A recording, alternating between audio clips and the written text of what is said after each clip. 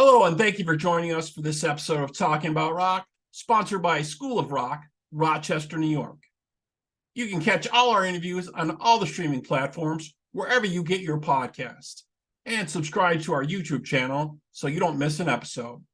Also, you can check out our new website, talkingaboutrock.com. Today we have for you an Indiana-based blues rock outfit, the Cold Stares. For the past 10 years, they have toured the world relentlessly as a guitar and drum duo, playing alongside artists like Larkin Poe, Rival Songs, Spoon, and more. The band turned heads with their bare-bones setup, earning comparisons to the Black Keys, White Stripes, and Royal Blood. Then, following the pandemic and a return to Indiana, the band made the decision to embrace a new kind of chemistry with an addition of a third member, bassist Bryce Clue. They've landed deals with Chevy, Fender, Gibson, toured Europe with Joe Bonamassa, and seen their streaming numbers double overnight, reaching heights unseen by other blues rock artists. They have released 6 EPs and 4 independent studio albums, and are now gearing up to release their new album, Voices, on March 10th from Mascot Records. Next, we chat with guitarist-singer Chris Tapp on Talking About Rock.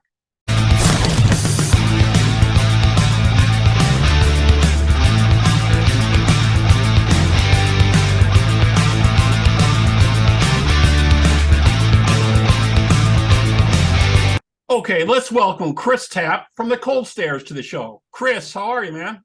I'm great, man. Thanks for having me. Yeah, thanks for being here. So, you guys are originally from Madisonville in Western Kentucky, and you guys formed the band in what, 2009? You know, we started playing around in 2009. We probably hit the road going as a band more 2011, 2012. Brian and I were playing in the band prior to this one. So right around that time we started playing. I was in Madisonville. Brian was in Henderson, Kentucky, which is just 20, 30 minutes away. Okay, and looks like your first 4 albums have accumulated more than 20 million Spotify streams. That's pretty impressive, man. Yeah, thank you, man. Been very fortunate.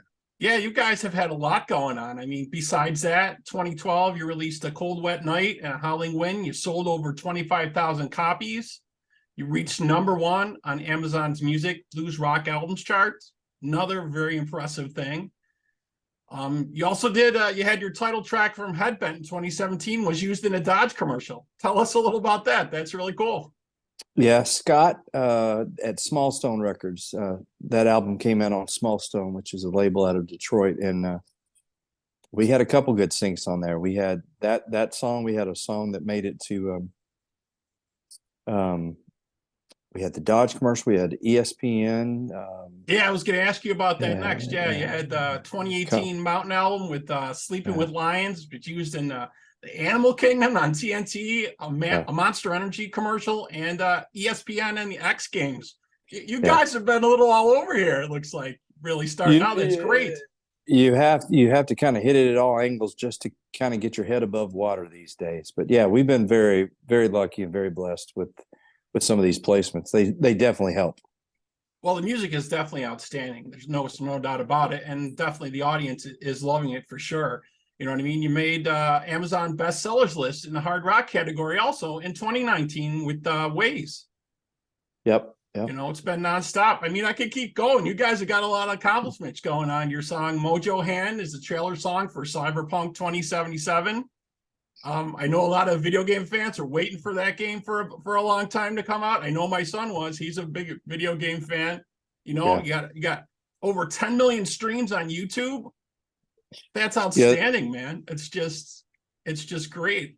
How does that feel, man? This is like the beginning, you guys, but all this stuff has been going on, right, for the last few years. It feels good, man. It's a little bit of validation for the work. You know, you work really hard for a long time. It's not so much of just working for the last decade on this band as much as it's been just working your whole life towards this stuff. And some of the stuff like the Cyberpunk thing, actually, you know, like you said, that movie or the video game had been delayed a couple times. Right. Yep. And when we got that sync, when we got that licensing for that, they wouldn't even tell us what the video game was. What the game was. It was all hush hush, right? It was hush, yeah. Yeah. And then they finally told us, and then they were like, okay, but you can't tell anybody until it comes out. And then they kept on delaying it. And I was like, oh my goodness, we got this big thing. We can't even announce it. So yeah, and then we couldn't release the song until the video game had been out for a year. So oh, you had to wait on that as well. Yeah, that's understandable. They wanted everybody to check it out there. So that kind of brings us up to date a little bit to the new release coming out March 10th, Voices. So tell us a little bit about putting that together. Well, this is our first album with a bass player. We were a duo for a decade, and we had done a tour in Europe, and our record label had saw us play live, and they said, man, you guys sound amazing, but we miss the guitar solos. And I was modifying the set a little bit live because I couldn't cover all that.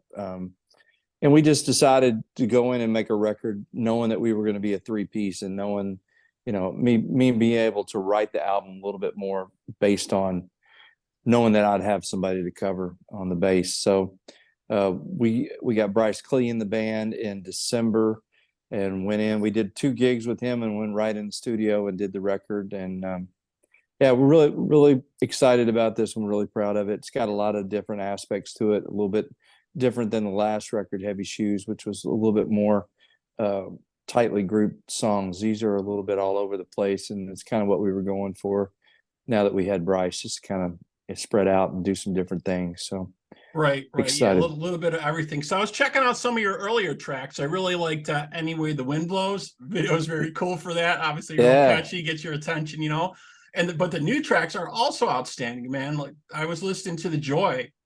Love that, man. That's such a great groove. You got a great voice on that. It sounds excellent. Tell us a little bit about putting that track together, because I think it's a really standout track for sure. Thank you very much. That's one that we normally wouldn't have done on the other records. And, I've kind of shied away from love songs in general. And, it's felt like it was time. We had a bass player, and I think it just kind of freed me up to I just started writing whatever came to me. And I've been in a good relationship. I've been remarried about 10 years now, and good relationship. And I think you just kind of write what and what's honest to you at the moment. And that one came out. And like I said before, that one would have probably popped out, and I would have said, well, it's a cool riff or cool idea, but not really us as a 2-piece. But with Bryce, we're able to pull it off. So that one's fun. And it's the guitar riff is a little dissonant in the verses, which I kind of liked, because the verses kind of told the story of, being in a bad place, and the chorus is getting to be a good place. So yeah, I think it's definitely a very uplifting song, and you can just feel it very heartfelt. And I think that really connects with the audience greatly. And I really like the track so much. I'm going to take a quick break, and we're going to check out the track for The Joy, played a video for that. And we'll be right back here with Chris Tapp on Talking About Rock. Ready when you are.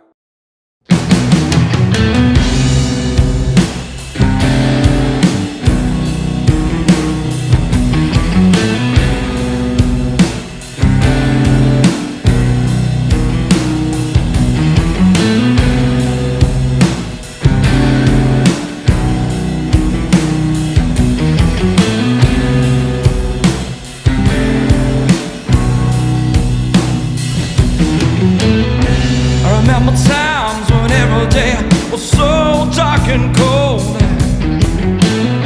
like a winter that lasts forever, deep within my soul. Then one day the curtains came up, and the storyline had changed. The tribulations and sorrow went away, and you are like the sun after the rain. And you are like the joy that erases the pain.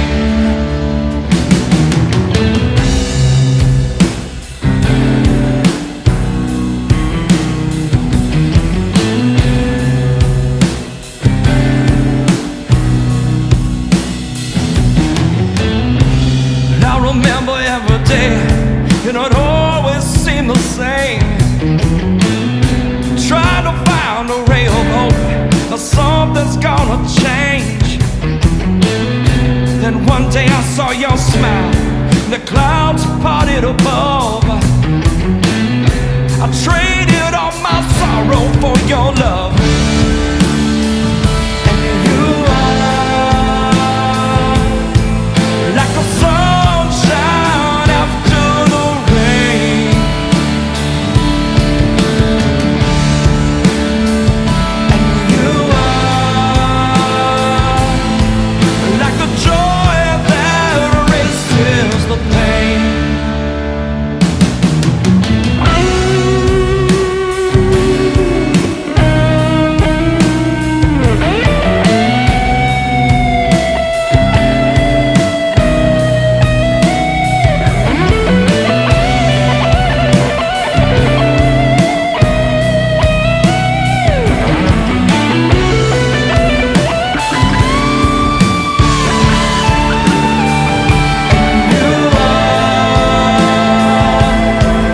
Like the sunshine after the rain.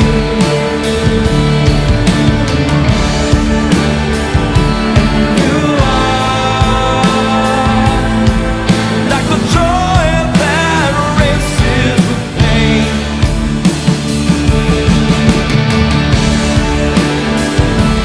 You are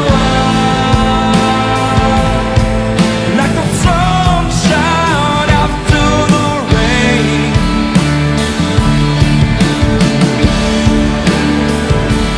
You are like the joy that erases the pain.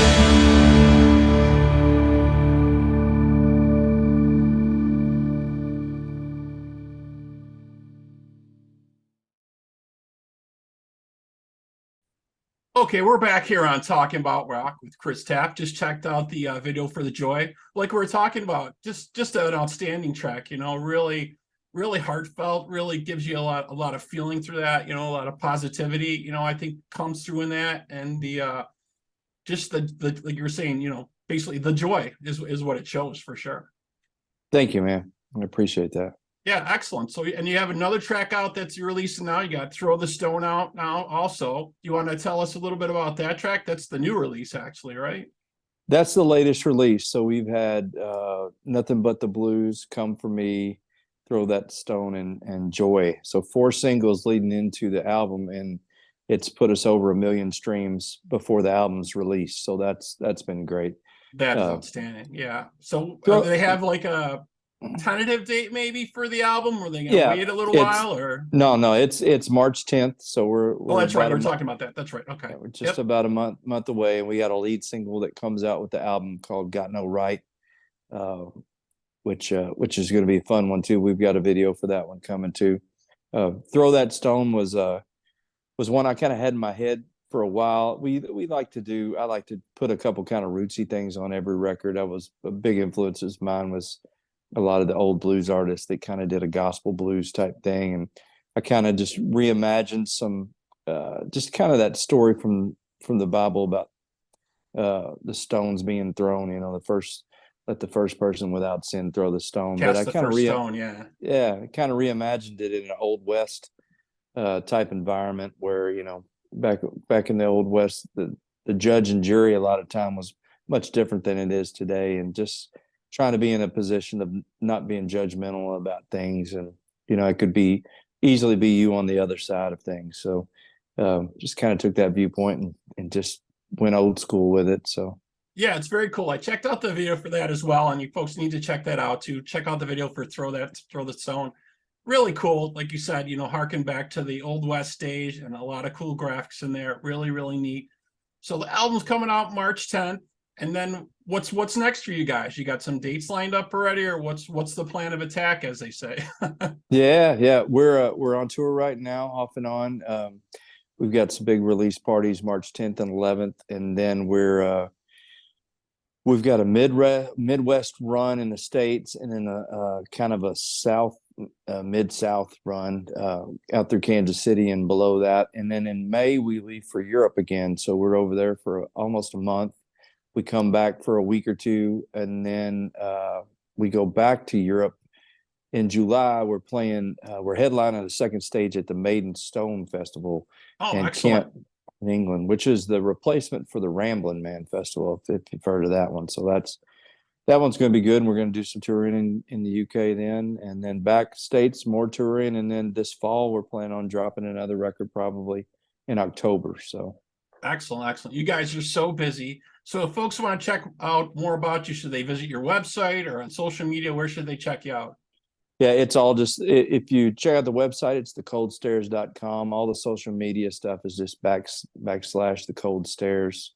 And of course, we're on Spotify and Apple and the whole shebang. Yeah, and the streams are going crazy for you guys, man. People are digging it. Really, really great stuff. Like I was saying, man, I love it. Love checking it out. I can't wait to hear the whole album and hopefully maybe catch you guys sometime in the States live. That would be amazing. So very cool.